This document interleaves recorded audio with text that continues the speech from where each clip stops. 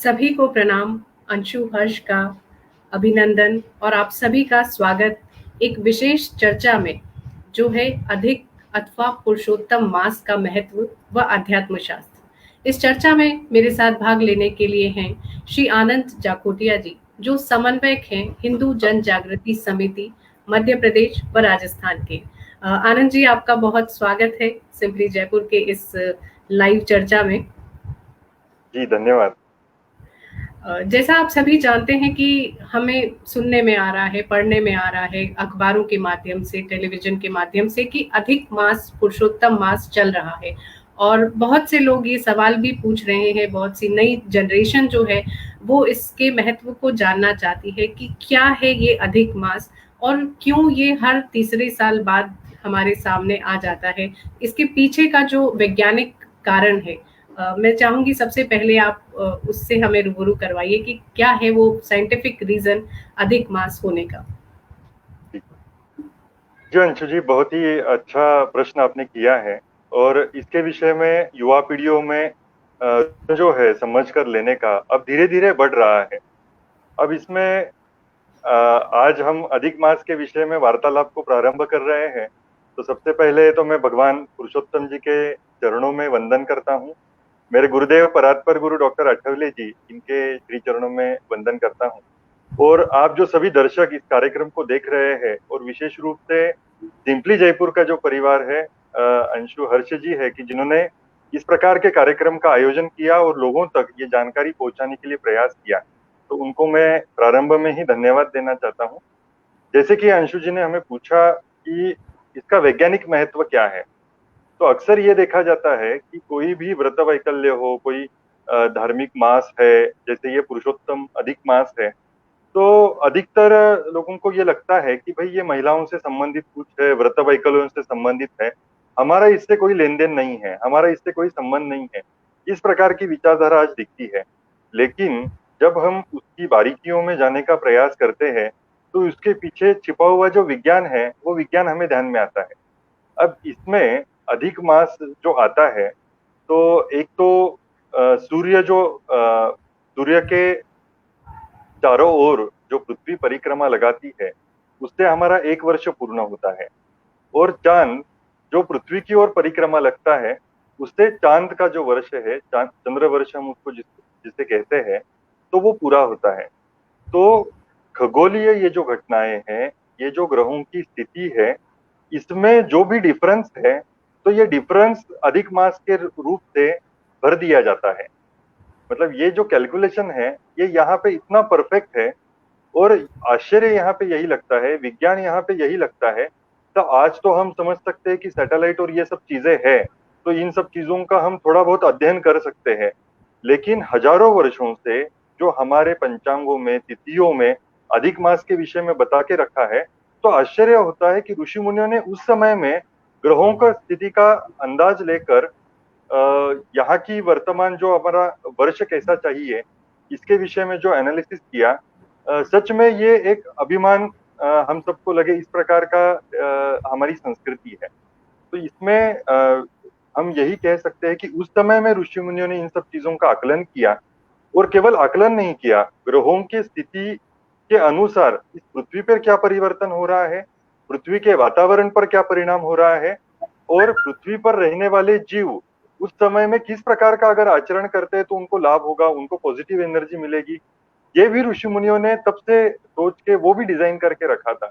तो सच में जब हम ये देखते तो इसमें मैथ्स भी है, मतलब गणित भी है, खगोल शास्त्र भी है और साथ ही उसका आप पे होने वाला परिणाम और क्या करना चाहिए ये भी लिख कर रखा है। तो हमें इसका जो विज्ञान है ये पूरा ध्यान में आता है। तो इस दृष्टि से मुझे लगता है कि इन सब एंगल से भी अधिक मास की ओर देखना चाहिए, न कि केवल उस समय दान धर्म किया जाता है इतना ही आज जो देखा जाता है, तो वो दृष्टि बदलने की आवश्यकता है। बिल्कुल, सरल शब्दों में अगर हम इसको समझने की कोशिश करें तो जो सूर्य और चंद्रमा की परिक्रमा की बात आती है, तो चंद्रमा की गति धीमी होने के कारण 10 दिन का अंतर हर साल आ जाता है, ऐसा माना जाता है। और 3 साल में ये 1 महीने के बराबर हो जाता है, 30 दिन। तो इसीलिए वो अधिक मास कहलाता है। इसे मल मास भी कहा जाता है, ऐसा क्यों? इसमें पहले मैं थोड़ा सौर वर्ष और चंद्र वर्ष जो है उसको और थोड़ा सा सभी दर्शकों को बताना चाहूंगा। इस जी। बार जो अधिक मास जो आया है वो 18 सितंबर से 16 अक्टूबर तक है। इस अवधि में ये अधिक मास जो इस वर्ष का है वो आया है।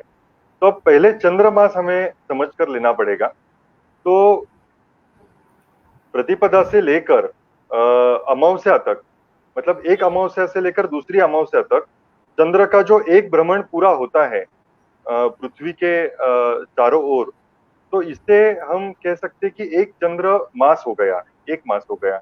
और पूरे वर्ष में ये जो परिक्रमा लगती है तो कुल मिलाकर 354 दिन होते हैं। मतलब जैसे अंशु जी आपने बताया कि चंद्र की गति कम है, तो जहां पृथ्वी की सूरज को परिक्रमा में 365 दिन पूरे हो जाते हैं, तो चंद्र को पृथ्वी की ओर परिक्रमा लगाने में 354 दिन लग जाते हैं। तो ये जो डिफरेंस है सूरज का भ्रमण और चंद्र का भ्रमण, तो इसमें कुल जो डिफरेंस है वो 11 दिनों का है।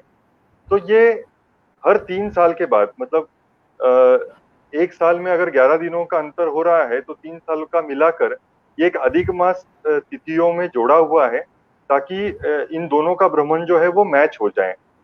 तो इस दृष्टि से इसमें हमें देखना चाहिए। और वैसे प्रतिपदा से लेकर अमावस्या तक जो एक भ्रमण होता है, तो एक मास में 29, मतलब 29.5 दिन ही चंद्र के पूरे होते हैं। तो ये भी हम इसमें देख सकते हैं। और सौर मास जो है, तो सौर मास में हम कहते समय कहते हैं कि 365 दिन का एक वर्ष है। लेकिन 365 दिन के आगे भी हमारे शास्त्र बताता है केवल 365 दिन नहीं, 365 दिन के साथ 5 घंटे 48 मिनट और 43 सेकंड, इतने में ये जो एक परिक्रमा है ये पृथ्वी की सूरज के चारों ओर पूरी होती है। तो इतना विस्तार से बताया है और व्यवहारिक सुविधा के लिए हम कहते हैं कि ये 365 दिन है। तो जैसे लीप ईयर हम एक्सेप्ट करते हैं, उसी प्रकार से हम कह सकते हैं कि इस प्रकार का एक अधिक मास हमारे पंचांग में आता है। अब इसमें ध्यान में लेने की चीज ये है कि हमारे जो भी त्योहार होते हैं वो चंद्र की परिक्रमा के अनुसार होते हैं। तो जी। व्रत वैकल्य है या ये चंद्र मास के अनुसार है, क्योंकि सूरज की जो गति है या सूरज में होने वाले जो बदलाव है उसका आकलन करके हमारी दिनचर्या या हमारे दिन विशेष तय करना कठिन है। तो चंद्र के हिसाब से ये सब चीजें डिजाइन हुई है। इसमें इन दोनों के बीच का जो डिफरेंस है यही अधिक मास के इसमें पूरा होता है। और अभी जो 2020 का ये जो अधिक मास है इसकी और विशेषता है। इसमें एक तो शुक्रवार को ये शुरू हो रहा है और इसकी जो समाप्ति है तो ये भी शुक्रवार को होगी। और लगभग 165 वर्ष के बाद इस प्रकार का संयोग है कि लीप ईयर, मतलब अभी 2020 है, ये लीप ईयर शुरू है, तो ये लीप ईयर और अधिक मास ये एक साथ ही आया है। और अश्विन माह में इस बार जो ये अधिक मास है ये आया हुआ है। तो जैसे आपने पूछा कि ये मल मास क्यों कहा जाता है, तो इसमें इसको अलग अलग नाम है। इसमें एक कथा बताऊंगा तो उससे मल मास जो है वो नाम इसको क्यों पड़ा वो ध्यान में आएगा। जी। तो हर माह की एक देवता है और 12 महीने तो होते हैं हम सब जानते हैं। तो 13वां महीना ये जो अधिक मास जो शुरू हो गया, तो इसको लेकर नारद जी भगवान विष्णु के गए थे। भगवान विष्णु तपस्या में लीन थे विश्व के कल्याण के लिए। और नारद जी ने प्रभु से प्रश्न किया कि प्रभु ये 12 माह जो है, मास जो है वो तो हम समझ रहे हैं, लेकिन ये 13वां मास कहाँ से आया, ये अधिक मास कहाँ से आया। तो तब भगवान विष्णु जी नारद जी को बताते हैं कि 12 बार मतलब मनुष्य के जो भी कर्म है उससे एक तो उसको पाप मिलता है या पुण्य मिलता है। तो पाप की मात्रा इतनी अधिक हो गई है कि ये 12 महीने जो है, 12 मास जो है, वो अब वो पाप झेलने के लिए तैयार नहीं है। वो कहते हैं कि हम ये पाप नहीं झेल सकते हैं।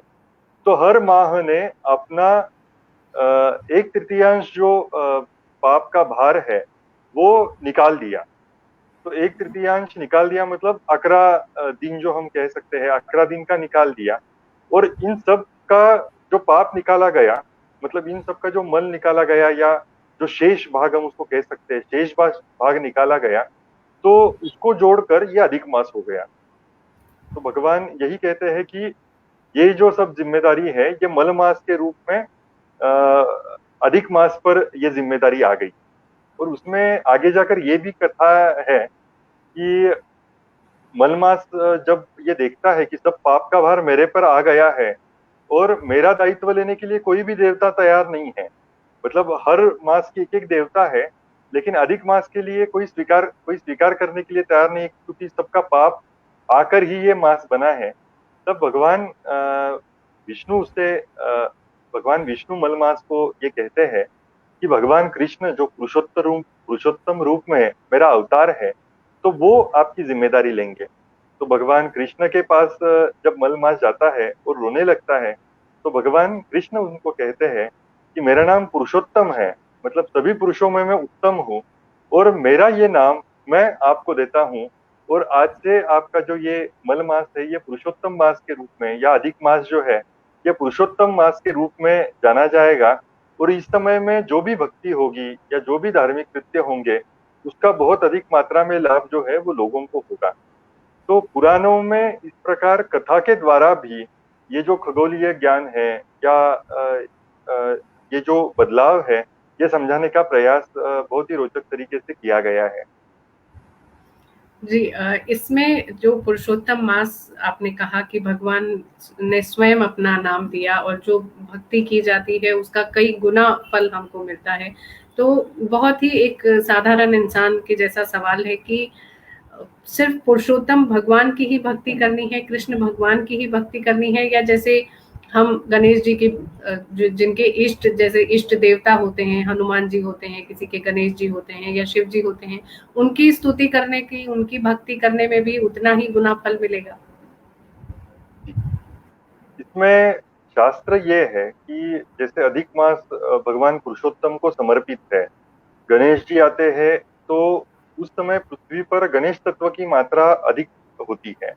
तो उस दिन हम जो भी उत्सव या त्योहार के रूप में जो भी चीजें करते हैं, उसका कारण ही यही है कि केवल एक ये उत्सव नहीं है, तो उस समय गणेश जी के जो तत्व पृथ्वी पर आते हैं उसका अधिक से अधिक लाभ सभी को हो। तो कुछ हम देखते हैं कि सूरज उगता है, तब सूरज से हमें जो भी लाभ लेना है तो वो चीजें दिन में ही करनी चाहिए, रात में हम वो चीजें नहीं कर सकते हैं।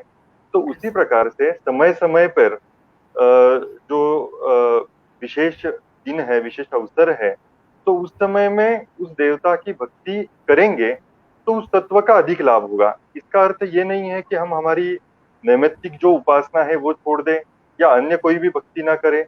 हम अन्य भक्ति जरूर कर सकते हैं, लेकिन उसके साथ इस अवसर का अधिक लाभ लेने के लिए हम इस समय में भगवान पुरुषोत्तम की भी भक्ति जो है वो करने का अवश्य प्रयास करें, जिससे हमें उस तत्व का भी अधिक मात्रा में लाभ होगा। जैसे हम कहते हैं ना कि जब बम्पर ऑफर होती है तो हम ज्यादा और कुछ तो कर लेते हैं, ज्यादा कुछ तो ले लेते हैं। तो उसी प्रकार से ये एक विशेष अवसर है जिसका हमें हमारी साधना के लिए, उन्नति के लिए लाभ लेना चाहिए। बिल्कुल, जैसा बम्पर ऑफर की आपने बात की, तो साधारण शब्दों में कि हम एक करेंगे तो 5 गुना मिलेगा, वो वाली बात है कि बाय 1 गेट 5 फ्री जब हम देखते हैं, तो यहाँ पर हमें वो कृपा 5 गुना होके मिलेगी, हम जब प्रभु भक्ति करेंगे। यहाँ पर मैं एक कथा की चर्चा आपसे सुनना चाहूँगी कि जब द्रौपदी को एक श्राप मिला था, इसी महीने का अपमान उन्होंने किया था, पुरुषोत्तम मास का अपमान किया था, या कुछ ऐसी कथा शास्त्रों में पढ़ने में आती है, उस कथा की चर्चा आप बताइए थोड़ा विस्तार पूर्वक यहाँ पे।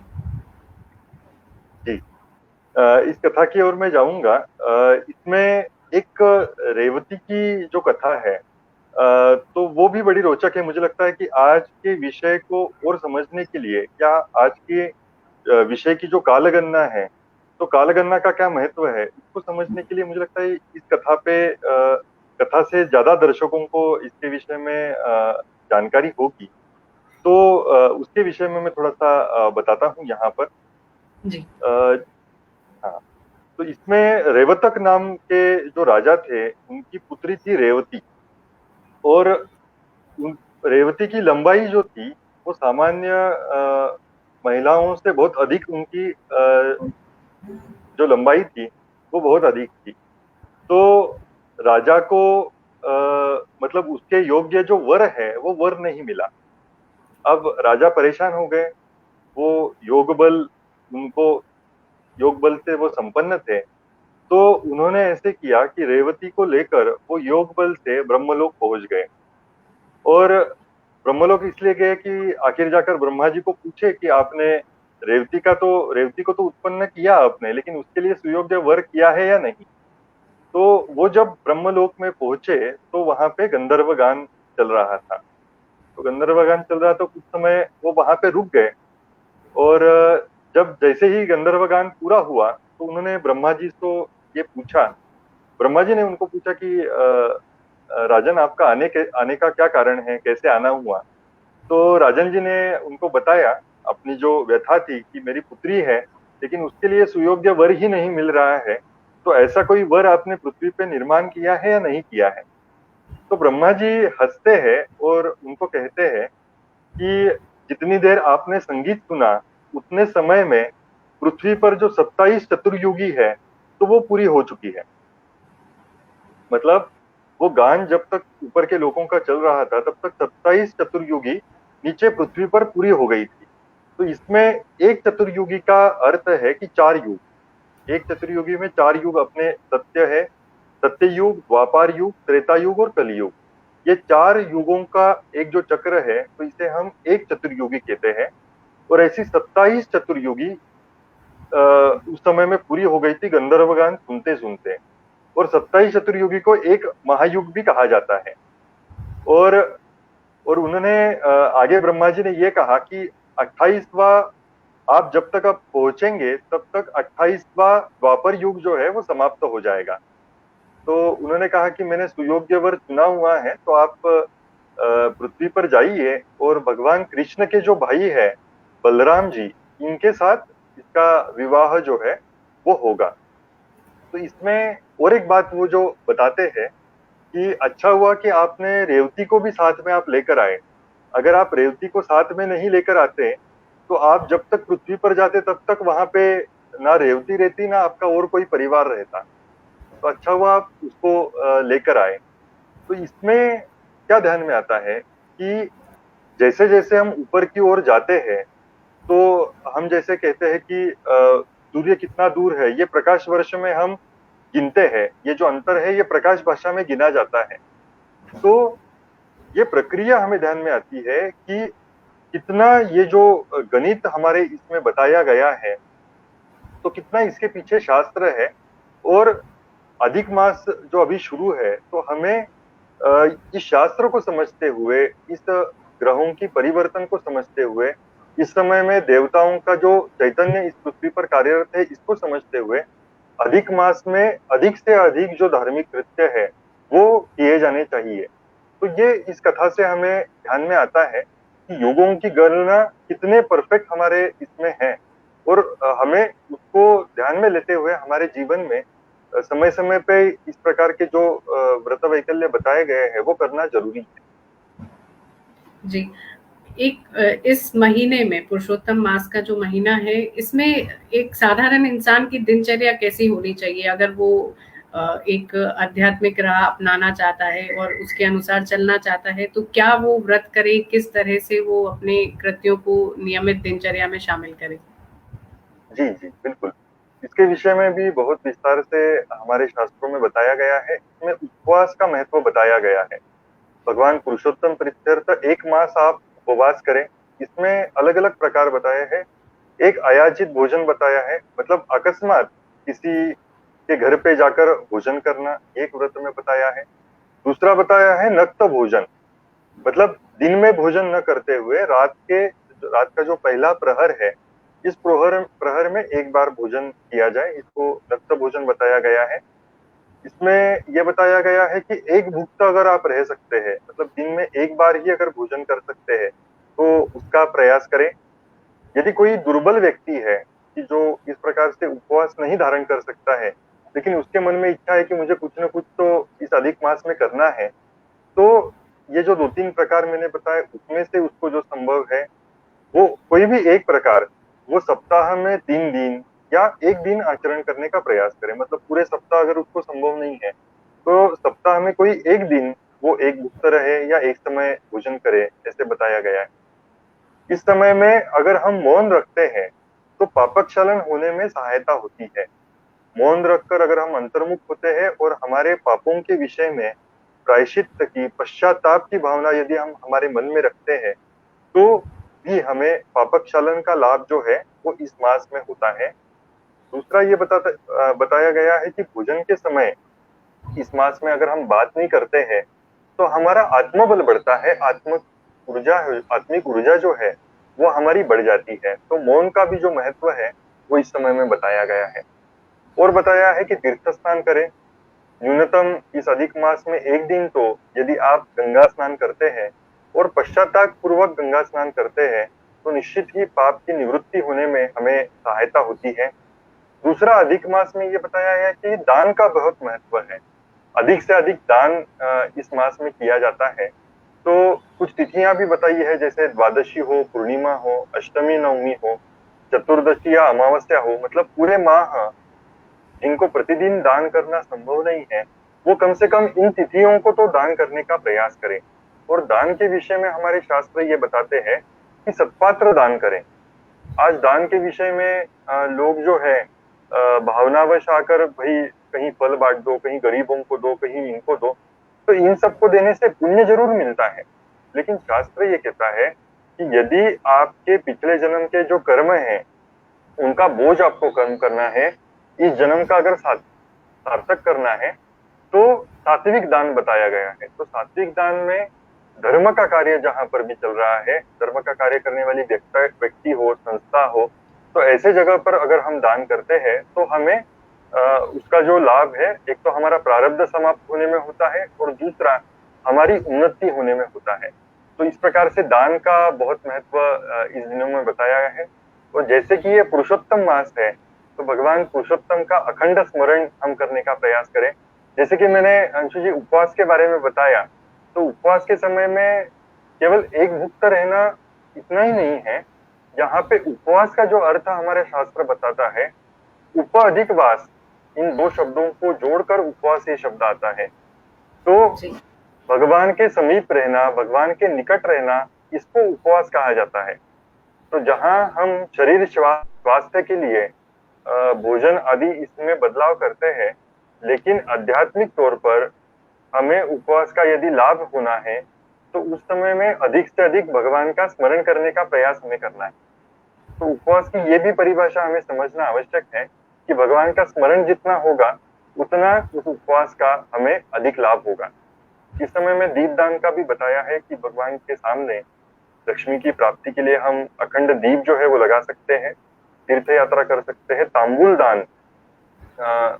दान से सौभाग्य की प्राप्ति होती है, तो तांबुल का दान भी इस माह में किया जाता है। राजस्थान में गो पूजन का अधिक महत्व है, सभी जगह पर है, तो गोग्रास भी हम इस समय में दे सकते हैं। और सबसे महत्वपूर्ण है अपूप दान का महत्व बहुत बताया गया है। जमाइयों को ये दिया जाता है, तो अनार से जो बनाए जाते हैं, तो इसका दान भी इस समय में करना चाहिए, ऐसे बताया गया है। जी, बहुत ही अच्छी बातें आपने बताई कि किस तरह से दान दिया जाए और किस तरह से उपवास किया जाए और किस तरह से भाव में भी भगवान के समीप रहा जाए, वो सबसे ज्यादा महत्वपूर्ण बात है। और बहुत सारे कृत्य ऐसे हैं जिन्हें हम शुभ काम कहते हैं, शादी विवाह या इस तरह के जो मांगलिक कार्य होते हैं, क्या वो इस माह में वर्जित होते हैं, क्या वो नहीं करने चाहिए? जी जी अंशु जी, बहुत अच्छा प्रश्न आपने कहा कि इसमें क्या करना चाहिए और क्या नहीं, ये भी हमारे शास्त्रों ने बताया है। अब देखिए कि कितना, मतलब पहले तो साइंस है इसके पीछे, फिर क्या करना चाहिए क्या नहीं, क्या करने से लाभ होगा, तो कितना हमारे जीवन में सकारात्मक ऊर्जा निरंतर मिलती रहे, इसलिए धर्म ने रचना की है। और आज ये कहा जाता है कि भाई जो धार्मिक ग्रंथ लेकर बैठा है वो पिछड़ा है, और विदेशों में जो चल रहा है, विज्ञान आगे जा रहा है, उसकी ओर जो देख रहे हैं वो आधुनिक है। लेकिन आधुनिकता तो यही है।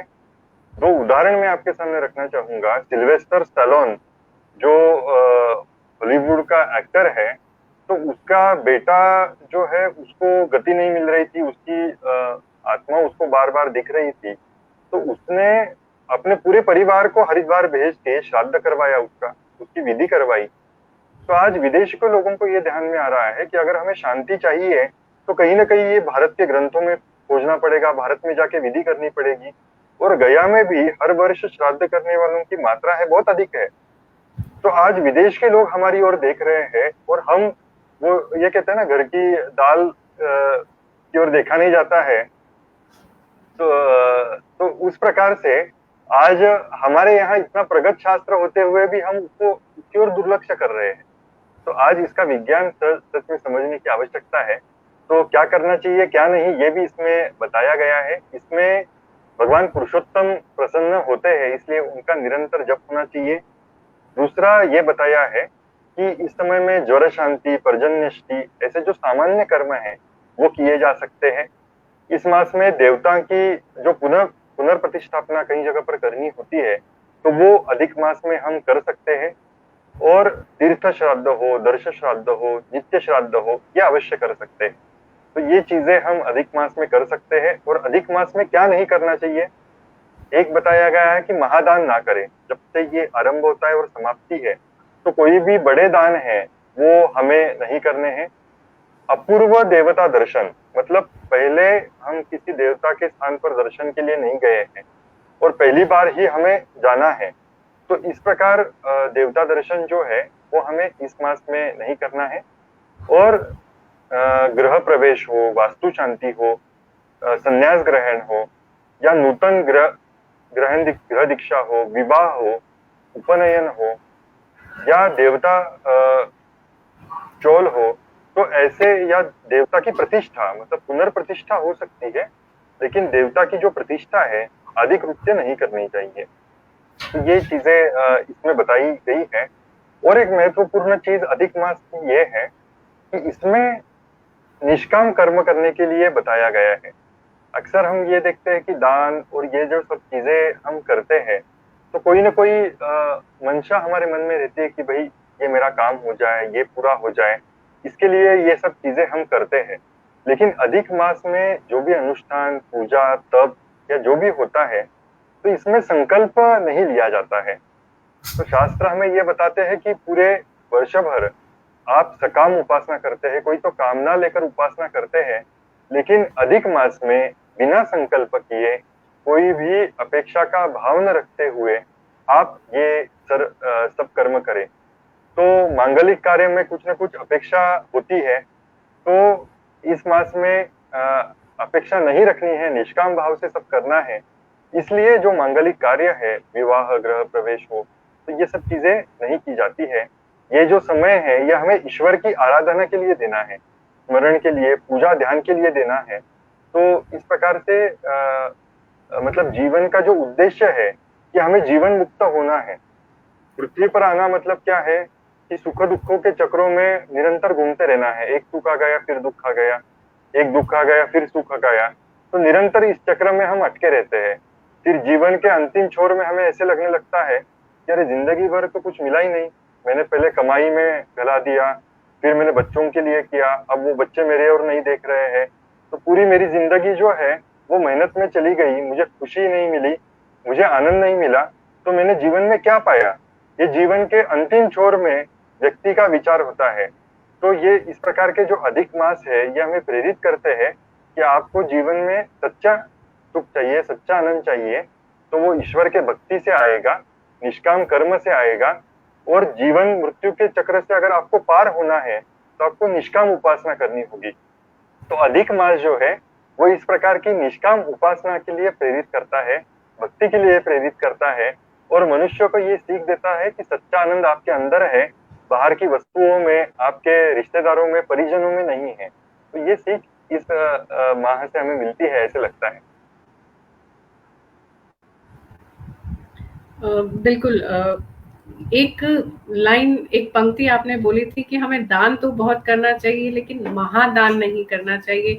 तो यहाँ महादान से आपका आशय मैं समझना चाहूंगी कि वो महादान मतलब अर्थात यहाँ पर क्या हुआ? जी, किसी की मंशा रहती है कि अधिक मात्रा में दान करे, सर्वस्व कुछ चीजें जो है वो किसी चीज के लिए हम अर्पित करें, तो ऐसे महादान के लिए मना किया गया है। इसमें ये बताया गया है कि नित्य स्वरूप में जो हम वस्तुओं का दान करते हैं, धन का दान करते हैं, तो नित्य प्रकार के या अन्न का दान होता है, तो इस प्रकार के दान जो है वो इस समय में किया जाए। जी। और अगला सवाल ये करना चाहूंगी कि जैसे ये महीना आता है तो किसी का जन्म होता है, किसी की मृत्यु होती है, तो जन्म तिथि मनाने, जो तिथि से हम जन्म मनाते हैं या जो मृत्यु उपरांत श्राद्ध कर्म होते हैं, वो फिर आने वाले समय में, क्योंकि अधिक मास तो हर 3 साल में आता है, तो उसके बारे में आप बताइए कि जैसे हर इसको फिर हम किस महीने में मनाएं, श्राद्ध को या जन्म को? जी बिल्कुल। जन्मदिन जो है, तो आज का समय ये है कि जन्मदिन कैसे मनाया जाता है। मतलब भगवान श्री राम हमारे आराध्य है, भगवान कृष्ण हमारे आराध्य है। भगवान श्री राम जी का जन्मदिन हम कब मनाते हैं? रामनवमी को मनाते हैं। कृष्ण जी का कब मनाते हैं? अष्टमी को मनाते हैं। तो हमारे अवतारों के जो जन्मदिन है वो तिथि के अनुसार चलते हैं। लेकिन इतनी वैभवशाली परंपरा रखने वाले सनातन धर्मियों का जन्मदिन आज कब हो रहा है? तो किसी को भी आप पूछेंगे तो वो कहेगा कि जनवरी में हो रहा है, फरवरी में हो रहा है, मेरा 16 सितंबर को है, मेरा अगस्त में है। तो आज जो जन्मदिन मनाए जा रहे हैं वो अंग्रेजी कैलेंडर के अनुसार मनाए जा रहे हैं। लेकिन तिथि के अनुसार मनाने से क्या लाभ है? तो तिथि जो है वो वैज्ञानिक है, अंग्रेजी कैलेंडर जो है वो वैज्ञानिक नहीं है। इसके कई प्रमाण हैं, उसमें बार बार बदलाव हुए हैं। ग्रहों की स्थिति, वातावरण में होने वाले बदलाव, ये अंग्रेजी कैलेंडर से हमें पता नहीं चलते हैं। पूनम और अमावस कब आएगी ये हमारी तिथि बताती है। आने वाला सूर्य ग्रहण, चंद्र ग्रहण कब आएगा ये हमारी तिथि बताती है, हमारा पंचांग बताता है। तो तिथि के अनुसार जब हम जन्मदिन मनाते हैं तो उस तिथि के जो स्पंदन है, जिस तिथि को मेरा जन्म हुआ है, उस तिथि के स्पंदन जो है वो हमारे स्पंदनों से, हमारे वाइब्रेशन से, हमारे ऊर्जा मंडल से बहुत मेल खाते हैं।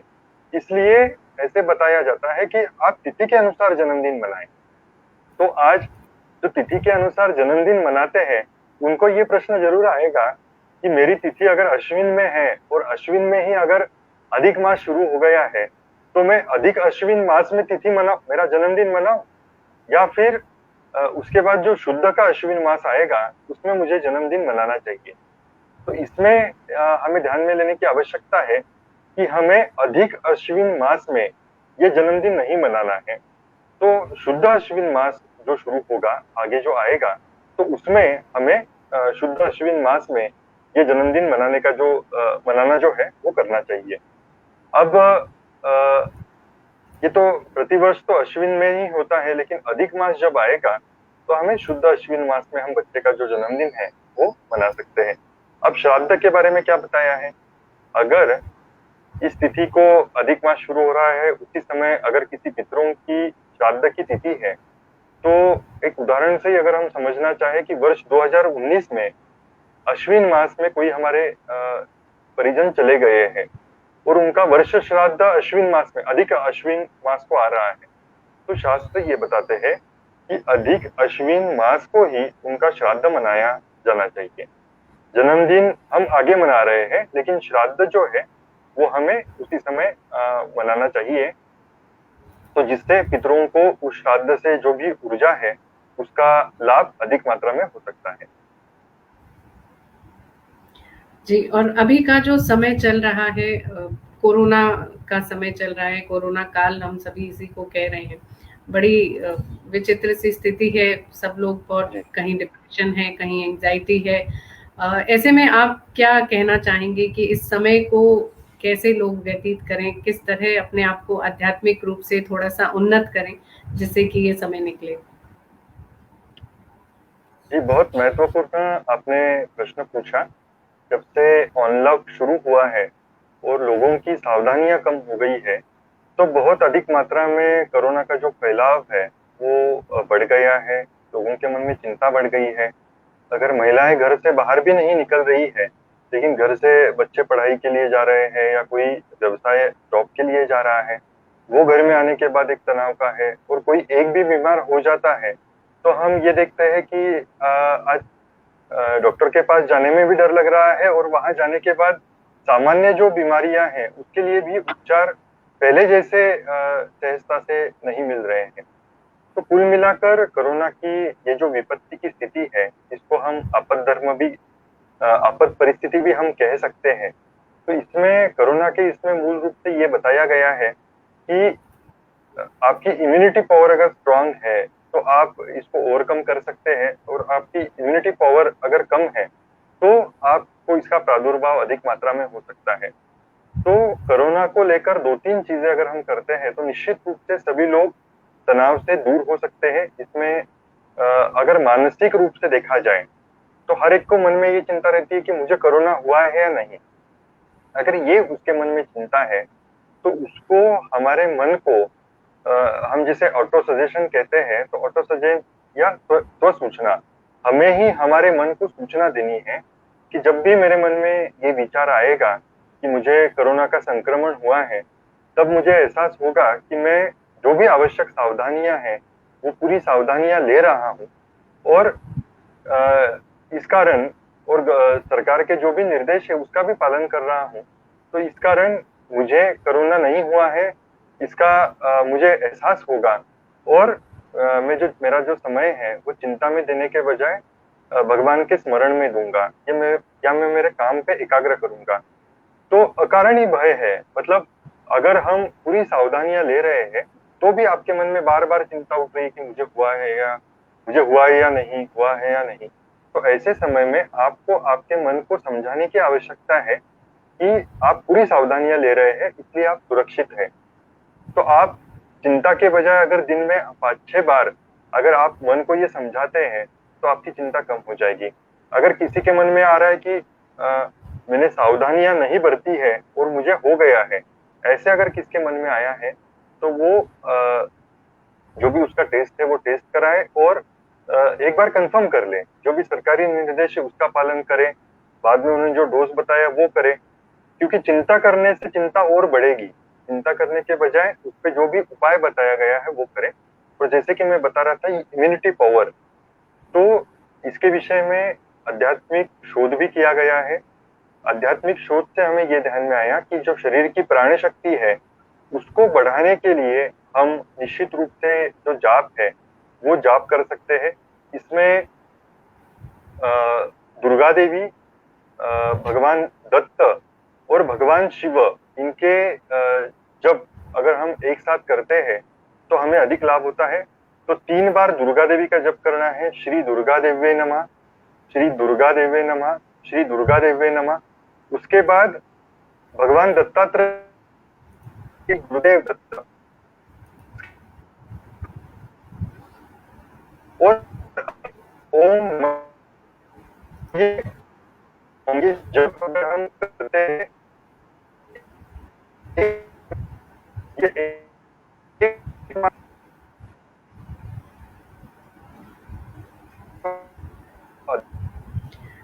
तकनीकी शायद कोई खामी आ गई है, तो इस प्रश्न को हम फिर से एक बार रिपीट में लेंगे। और जैसा कि आप सभी सुन रहे हैं और आपके कोई सवाल हैं इस महीने को लेके, पुरुषोत्तम मास की हम चर्चा कर रहे हैं, अधिक मास साधारण भाषा में इसे कहा जा सकता है। तो कोई भी सवाल अगर आपका है तो आप कमेंट बॉक्स में कमेंट करके आप मुझसे सवाल पूछ सकते हैं। आनंद जी उसका जवाब बिल्कुल देंगे। ये एक आध्यात्मिक चर्चा है जहाँ पर हम अधिक मास का साइंटिफिक लॉजिक हमने जाना कि क्यों आता है हर तीसरे साल बाद अधिक मास। सूर्य चंद्रमा की गति पर आधारित ये विज्ञान है जिसको अध्यात्म ने स्वीकारा है, पुरुषोत्तम मास के रूप में भगवान ने इसे अपनाया है, और इस तरह से ये हर तीसरे साल में हमारे समक्ष आता है। तो हम आनंद जी से कनेक्ट करने की कोशिश कर रहे हैं इसी बीच, और कनेक्टिविटी हो जाएगी। तो आपके कोई भी सवाल है तो आप हमसे सवाल पूछ सकते हैं कमेंट बॉक्स में। आप अपने विचारों को, सवालों को लिखकर, आपकी कोई जिज्ञासा है उसे आप पूछ सकते हैं। तो आनंद जी, आप सुन पा रहे हैं मेरी आवाज? जी जी जी, आज आ रही है आवाज आपकी। जो मंत्र जाप की आप बात कह रहे थे, आप उसे एक बार फिर से दोहरा दीजिए। वो वहीं से थोड़ा सा कोई टेक्निकल एरर आ गया था। जी जी, इसमें मंत्र जाप जो है, भगवान मतलब दुर्गा देवी, भगवान दत्तात्रेय और भगवान शिव, इनका कॉम्बिनेशन है।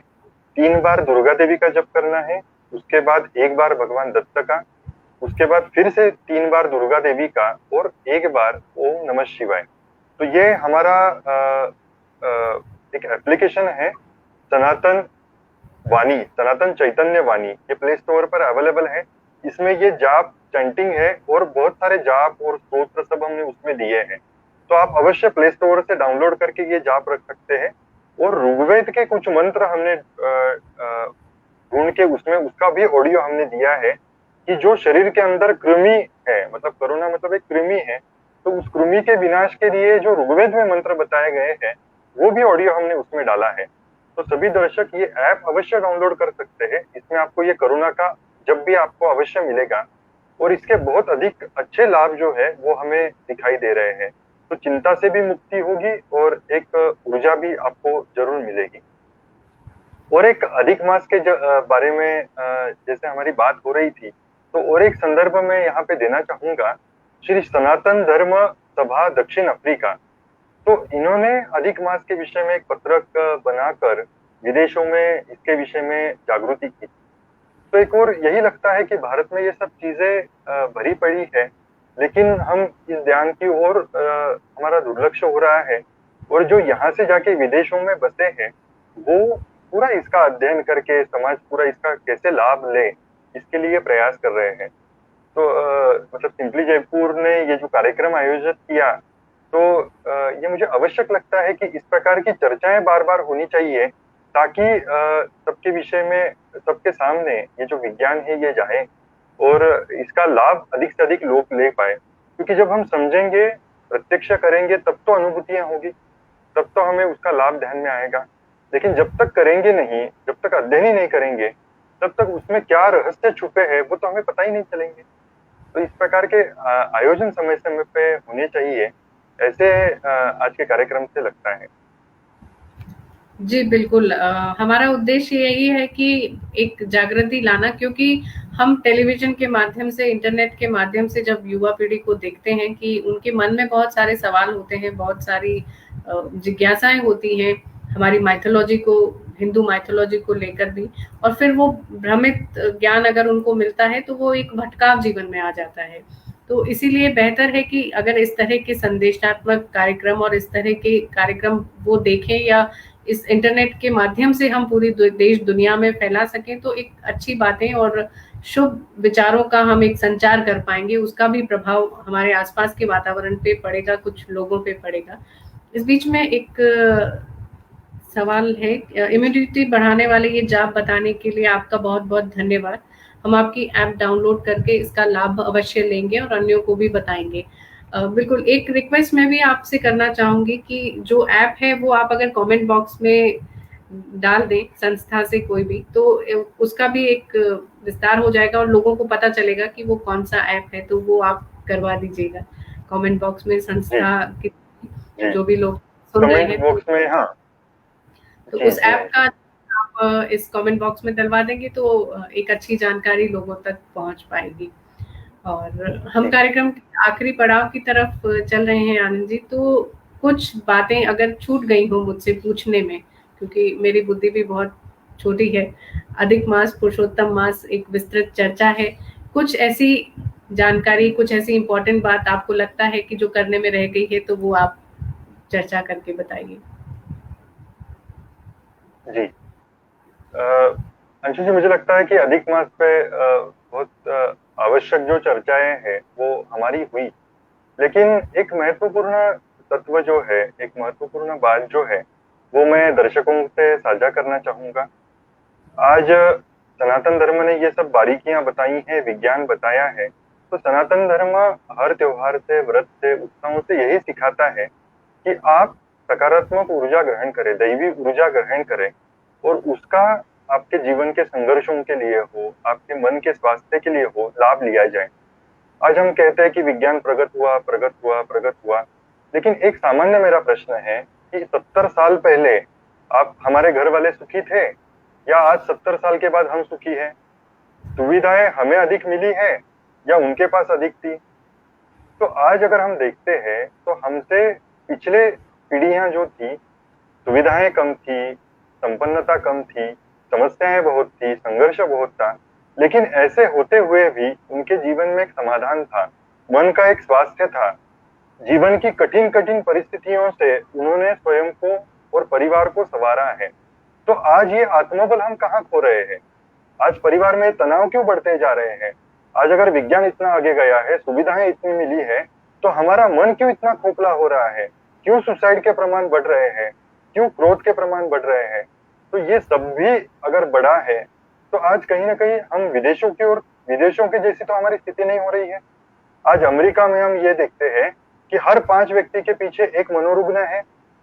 वहां बच्चों में अगर कुछ ये होता है तो तुरंत वो फायरिंग कर देता है बच्चा छोटा। तो कहीं ना कहीं उनके पास विज्ञान है लेकिन अध्यात्म नहीं है, धर्म नहीं है, ये शास्त्र नहीं है। तो धर्म को, शास्त्र को पकड़ के क्यों रखना चाहिए? हमारे प्राचीन परंपराओं को क्यों पकड़ के रखना चाहिए? ये इससे ध्यान में आता है। हमारे पूर्वजों के पास कुछ नहीं था, लेकिन उनके पास एक भगवान के प्रति आस्था, श्रद्धा और धर्म का जो भी आचरण है वो करते थे। मंदिर में जाके ही उनके दिन की चर्या शुरुआत होती थी। आज हम दिन में उठते तो मोबाइल लेकर उठते हैं, लेकिन पहले के लोग कर दर्शन करके भगवान का आशीर्वाद लेकर उठते थे। तो आज कहीं ना कहीं इस आत्मिक ऊर्जा को हमें लेना जरूरी है। नरेंद्र हमारे जैसे मनुष्य ही थे, लेकिन नरेंद्र से स्वामी विवेकानंद यदि बने तो उनके जीवन में भगवान का प्रभाव था, गुरु का प्रभाव था। तो आज ये प्रभाव होने के कारण हमारी ये स्थिति हो गई है। तो मुझे सभी दर्शकों को यही बताना है कि 24 घंटे में से आप कुछ ना कुछ तो समय भगवान के लिए जरूर दीजिए, क्योंकि देखिए आपको भगवान से ऑक्सीजन मिलता है, वो निःशुल्क है, फ्री ऑफ कॉस्ट है। आपको भगवान से पर्जन्य मतलब पानी मिल रहा है, वो निःशुल्क है। भगवान किसी भी चीज पे आपको जीएसटी नहीं लगाता है, ना किसी चीज के लिए आपसे टैक्स लेता है। और हम भगवान के लिए कितना समय देते हैं? कोई 5 मिनट, कोई 10 मिनट। तो हमें आवश्यकता है कि हमारे भले के लिए, हमारे स्वास्थ्य के लिए, हमारी आत्मिक बल बढ़ने के लिए कुछ समय आप भगवान के जप को अवश्य दें, चैंटिंग को अवश्य दें। अभी पुरुषोत्तम मास है, भगवान कृष्ण की आराधना करें, जाप करें। ये मानस रूप से भी हो सकता है, आप ट्रैवलिंग में कर सकते हैं, स्नान के समय कर सकते हैं, भोजन के समय कर सकते हैं। तो मन से टेंशन लेने के जगह पर मन से भगवान का हमें स्मरण करना है। और नित्य रूप से आप कुलदेवी की उपासना करें, क्योंकि कुलदेवी आपके परिवार की उद्धारक है। कुलदेवी पे दायित्व है हमारे परिवार का, संपन्नता का, उत्कर्ष का और बाधा निवारण का। तो अपने अपने कुलदेवी का स्मरण करें और मन में टेंशन लेने के जगह मुझे लगता है भगवान का स्मरण करें। निश्चित रूप से आधे से ज्यादा जो समस्या है ऐसी ही समाप्त हो जाएगी। जी अंशु जी, इतना ही मुझे बताना था। जी, बहुत ही सरल शब्दों में आपने बहुत सारी बातें कह दी। और ये बहुत सच है कि हम भगवान को कृतज्ञता नहीं देते, अपना ग्रेटिट्यूड पे नहीं करते, सिर्फ यही उम्मीद रखते हैं कि भगवान हमारे साथ बस अच्छा करते रहें, और इन्हीं उलझनों में हम उलझते चले जाते हैं। तो मुझे उम्मीद है कि इस चर्चा को जिन लोगों ने सुना है और जो लोग आगे भी सुनेंगे, तो कुछ ना कुछ उन्हें पॉजिटिव वाइब मिलेंगी, कुछ ना कुछ पॉजिटिव एनर्जी मिलेंगी। और जैसा कि मैंने कहा था, ऐप का लिंक आ चुका है हमारे पास, यही कमेंट बॉक्स में आप सबको मिल जाएगा। तो आप इससे वो डाउनलोड भी कर सकते हैं ऐप को, और अपने दिनचर्या में इन चीजों को शामिल कर सकते हैं। आज का जो हमारा चर्चा का विषय था, अधिक मास अथवा पुरुषोत्तम मास का महत्व और उसका आध्यात्म शास्त्र, और बहुत ही सुंदर जानकारी दी श्री आनंद जाखोटिया जी ने कि किस तरह से हम विज्ञान और आध्यात्म को एक साथ देखकर अपने आप को, अपने आत्मबल का विस्तार कर सकते हैं। और जब तक ये दोनों चीजें साथ नहीं चलेंगी, जीवन इतना सफल और सार्थक नहीं हो पाएगा।